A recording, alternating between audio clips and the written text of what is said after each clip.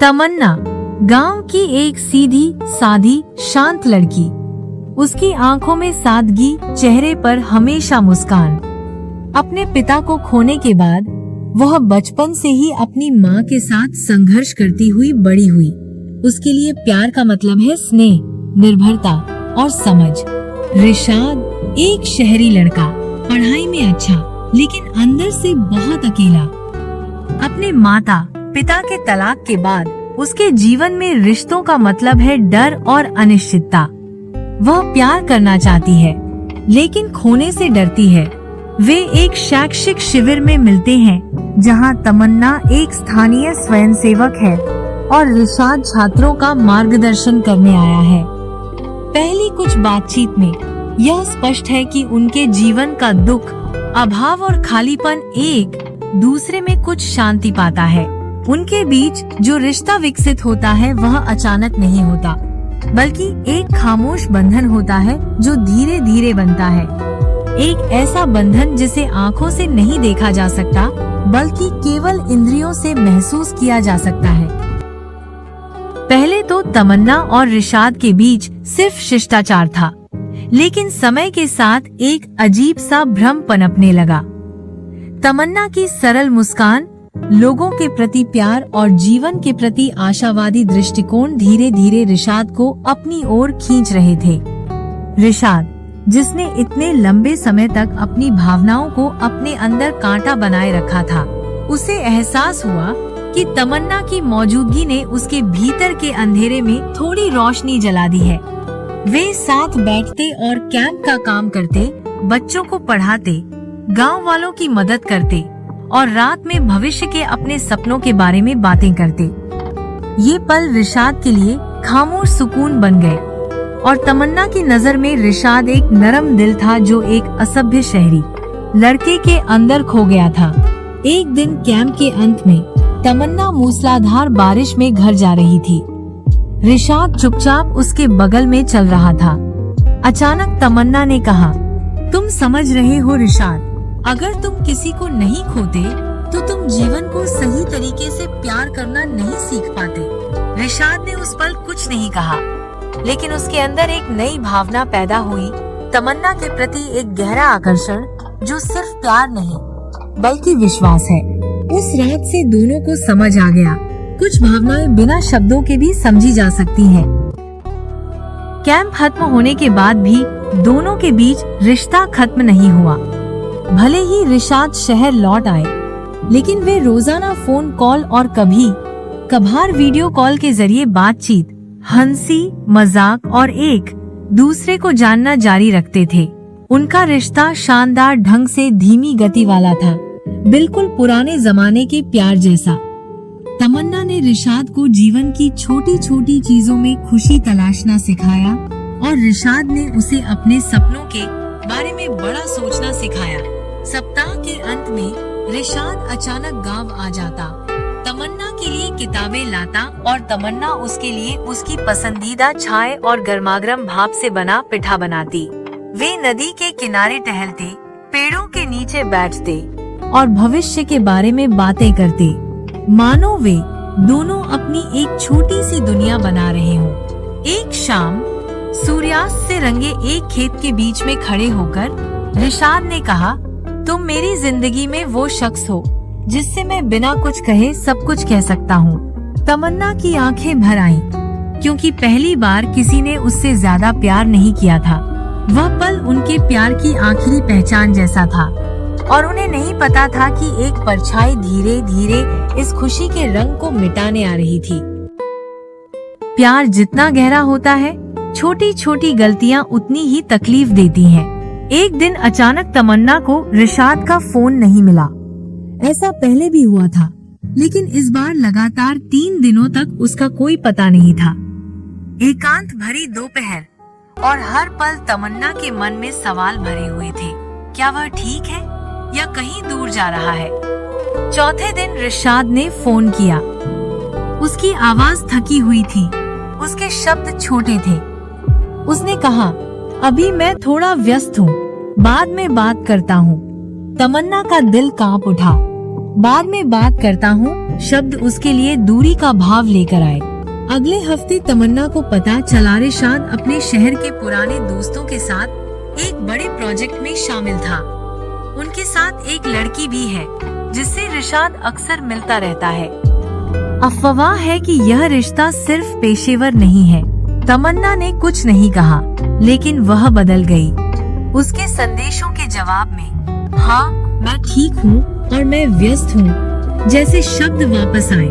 रिशाद को एहसास हुआ कि कुछ खो रहा था, लेकिन उसे नहीं पता था कि उसे वापस कैसे लाया जाए। अब उनके बीच बातचीत कम, संदेश ज्यादा था और कभी कभी वह सोचता, क्या प्यार सिर्फ समझ से ही होता है या इसके लिए समय भी चाहिए। उन दोनों के बीच खामोश दूरी दीवार की तरह खड़ी थी, जहाँ पहले सिर्फ हाथ थामने के पल ही थे। वह खामोश दीवार दिन पत्थर में तब्दील होने लगी। जो बातचीत कभी अनवरत होती थी, अब वहाँ सन्नाटा पसरा हुआ है। रिशाद व्यस्त होने का बहाना बनाकर बात करने से कतराता है और तमन्ना अब किसी पर दबाव नहीं डालना चाहती। वह आदमी जो कभी तमन्ना की आंखों में देखकर कहता था, तुम्हारे बिना मैं कुछ नहीं सोच सकता, अब दिन ब दिन उसकी आंखों में भी नहीं देखता। तमन्ना ने एक दिन लिखा, इन दिनों ऐसा लग रहा है कि हम दोनों एक दूसरे को खो रहे हैं, फिर भी हम दोनों में से कोई भी एक दूसरे को खोने की बात खुलकर नहीं कर रहा है। रिशाद ने मैसेज पढ़ा, लेकिन कोई जवाब नहीं दिया। उसने बस फोन की स्क्रीन बंद कर दी और काफी देर तक चुपचाप बैठा रहा। एक और दिन तमन्ना उस पुरानी नदी के किनारे जाकर अकेली बैठ गई।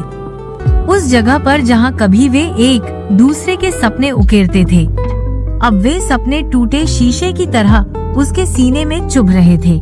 रिशाद की जिंदगी आगे बढ़ रही थी। शहर की चहल पहल, प्रोजेक्ट, जिम्मेदारियां, सब कुछ धीरे धीरे उसे तमन्ना से दूर ले जा रहा था। इस तरह अनकही बातें, गलतफहमियां और खामोशी हर दिन धीरे धीरे उनके प्यार को खत्म करने लगी। वे अब भी एक दूसरे से प्यार करते हैं, लेकिन अब वे एक दूसरे को पा नहीं पाते। यह बिल्कुल सामान्य शाम थी। शहर में बारिश हो रही थी और गांव में कोहरे की परछाइयां तैर रही थी। तमन्ना ने हिम्मत करके आखिरी बार रिशाद को संदेश भेजा, कभी फुर्सत मिले तो आ जाना, मैं इंतजार नहीं करूंगी पर भूलूंगी भी नहीं। रिशाद चुपचाप बैठा रहा। सब कुछ एक साथ उसके दिमाग में घूम रहा था। तमन्ना की मुस्कान, उनकी कहानी, कोहरे भरी दोपहर, पर उसकी व्यस्त जिंदगी, उसकी अनिश्चितता और कुछ न कह पाने का डर उसे हर बार रोक देता। उसने फिर कोई जवाब नहीं दिया। तमन्ना समझ गई, यह अंतिम था। किसी ने कुछ नहीं कहा, किसी ने किसी पर आरोप नहीं लगाया, फिर भी जुदाई हो गई। एक खामोश विदाई, जिसके कोई शब्द नहीं है, पर हर सांस में दर्द है। तमन्ना उस दिन नदी के किनारे बहुत देर तक खड़ी रही। हवा में एक गीत की धुन फैल रही थी। जो जाता है, क्या वह कुछ पीछे छोड़ जाता है या सब कुछ ले जाता है? और रिशाद, वह शहर की खिड़की के पास खड़ा था, उस संदेश को फिर से पढ़ रहा था। उसकी आंखों में आंसू नहीं थे, लेकिन उसका दिल थोड़ा खाली महसूस कर रहा था। उनका प्यार कभी जोर से नहीं टूटा, बल्कि चुपचाप मर गया, धीरे धीरे, निश्चित रूप से। अलग होने के बाद दोनों अपनी अपनी जिंदगी जी रहे थे, लेकिन उस जिंदगी में कोई जिंदगी नहीं थी। तमन्ना अब नदी किनारे नहीं जाती। वह अपने छोटे से स्कूल में बच्चों को पढ़ाती है और अपनी माँ के पास रहती है, लेकिन उसकी मुस्कान में वो गर्मजोशी नहीं है जो पहले हुआ करती थी। कोई नहीं समझ सकता कैसे एक लड़की में हर दिन प्यार की याद धीरे धीरे टूटती जाती है। रात को बिस्तर पर अकेली लेटी हुई, छत की तरफ देखती हुई, तमन्ना सोचती है, क्या वो इंसान जो कभी मेरी सांस थी, अब किसी और की सांसों पर जी रहा है? दूसरी तरफ रिशाद शहर की व्यस्त सड़कों पर घूमता है, मीटिंग करता है, काम निपटाता है, लेकिन कभी कभी भीड़ के बीच भी उसे वो वीरान गांव मिल जाता है और तमन्ना की आंखों में दिखने वाला खामोश प्यार का अक्स। उसकी सहेलियां सोचती हैं कि अब वो सफल है, आगे बढ़ रही है, लेकिन उसके मन में एक अधूरा रिश्ता है जिसे वो चाहकर भी कभी वापस नहीं पा सकती। रात को काम खत्म करने के बाद वह कभी कभी फोन गैलरी में चला जाता है। तमन्ना की प्यारी मुस्कान अभी भी वही है जैसे पीछे छूटे हुए पल। उन दोनों के बीच एक अजीब सी जंग छिड़ी हुई है, भूलने की कोशिश बनाम उनके दिलों में समाया प्यार। वे एक दूसरे के करीब नहीं हैं, फिर भी वे हर दिन एक दूसरे को अपने अंदर महसूस करते हैं। उस खाली जगह को महसूस करते हैं जहाँ कभी वे दोनों हुआ करते थे। साल बीत गए, समय बदल गया, परिस्थितियाँ बदल गईं, लेकिन कुछ भावनाएं वैसी ही रहीं। अनदेखी, अपरिचित, फिर भी असहज रूप से परिचित। तमन्ना ने अब खुद को फिर से खोज लिया है। वह अब गांव की लड़कियों के साथ एक छोटा सा प्रोजेक्ट चलाती है, हस्तशिल्प पर काम करती है, पढ़ाती है और महिलाओं को आत्मनिर्भर बनाती है। हालांकि वह अंदर से कोमल है, लेकिन बाहर से वह दृढ़ता की छाप छोड़ती है। कभी कभी वह नदी के किनारे खड़ी होती है, हवा में अपनी आंखें बंद करती है और महसूस करती है जीवन ने उसे चोट पहुंचाई है, लेकिन उसे रोका नहीं है। एक दिन उस नदी के किनारे एक छोटी लड़की उसका हाथ पकड़ती है और पूछती है, अपू, क्या तुमने कभी किसी से इतना प्यार किया है? तमन्ना धीरे से मुस्कुराती है और कहती है, प्यार आपको हारने के बाद भी मजबूत रहना सिखाता है। दूसरी ओर रिशाद अपने कार्यालय में एक पुरानी प्रेजेंटेशन ढूंढ रहा होता है। उसे एक नोट मिलता है, तमन्ना द्वारा लिखा गया एक पत्र, जिसे वह एक दिन शहर से लौटते समय अपने बैग में छोड़ गई थी। पत्र में लिखा था, भविष्य तुम्हारा हो सकता है, लेकिन तुम हमेशा मेरे अतीत में रहोगे। वह पत्र हाथ में लेकर चुपचाप बैठता है और पहली बार अपनी आंतरिक दीवार को देखता है। वह गर्व, दूरी और व्यस्तता, जिसके कारण वह इतने लंबे समय से खुद को रोके हुए था, वास्तव में भागने का बहाना था। तमन्ना उससे निस्वार्थ प्रेम करती थी और वह भाग गया क्योंकि वह बस डर गया था। वह समझता है प्यार सिर्फ तब नहीं होता जब आप उसके साथ होते हैं। असली सबूत तब होता है जब आप उसे समय पर पकड़ लेते हैं। और फिर वह सोचता है, जिसे वह इतने लंबे समय से खोया हुआ समझता था, शायद अभी भी उम्मीद की एक किरण है, अगर वह वाकई वापस जाना चाहता है। एक दिन अचानक डाकिये ने तमन्ना के घर एक पत्र पहुंचाया। लिफाफे पर भेजने वाले का नाम नहीं था, लेकिन लिखावट बिल्कुल उस पुराने एहसास जैसी ही जानी पहचानी थी। तमन्ना ने पत्र खोला और उसे पढ़ा तो वह रुक गई। तमन्ना, मुझे पता है कि बहुत देर हो चुकी है। मुझे पता है कि तुम मुझे वापस नहीं चाहोगी, लेकिन मैं तुम्हें वापस पाने के लिए यह नहीं लिख रहा हूँ। मैं तुमसे माफी मांगने के लिए यह लिख रहा हूँ। मुझे प्यार करना आता था, लेकिन मैं इसे स्वीकार नहीं कर सकता था। मुझे तुम्हें खोने का डर था, एहसास नहीं था। मैंने तुम्हें खो दिया। मैं तुम्हारे खामोश प्यार की गरिमा नहीं दे सका। अगर मेरे लिए कभी थोड़ी सी भी जगह बची है, एक छोटा सा सवाल, एक छोटा सा जवाब, मैं इंतजार करूंगा। आखिरी बार, नदी के किनारे, सूरज ढलने से पहले। रिशाद। तमन्ना पत्र पढ़ने के बाद काफी देर तक चुपचाप बैठी रही। उसकी आंखों में आंसू नहीं थे, पर उसका दिल बार बार कांप रहा था। शाम को वह नदी के किनारे टहल रहा था, वह जगह जहाँ से यह सब शुरू हुआ था। रिशाद वहीं खड़ा था, उसका बैग कंधे पर था, उसकी आंखों में अनिश्चितता थी। तमन्ना उसके सामने आकर खड़ी हो गई। उनमें से किसी ने कुछ नहीं कहा। उसकी आंखों में बस एक सवाल था, क्या तुम अभी भी यहाँ हो?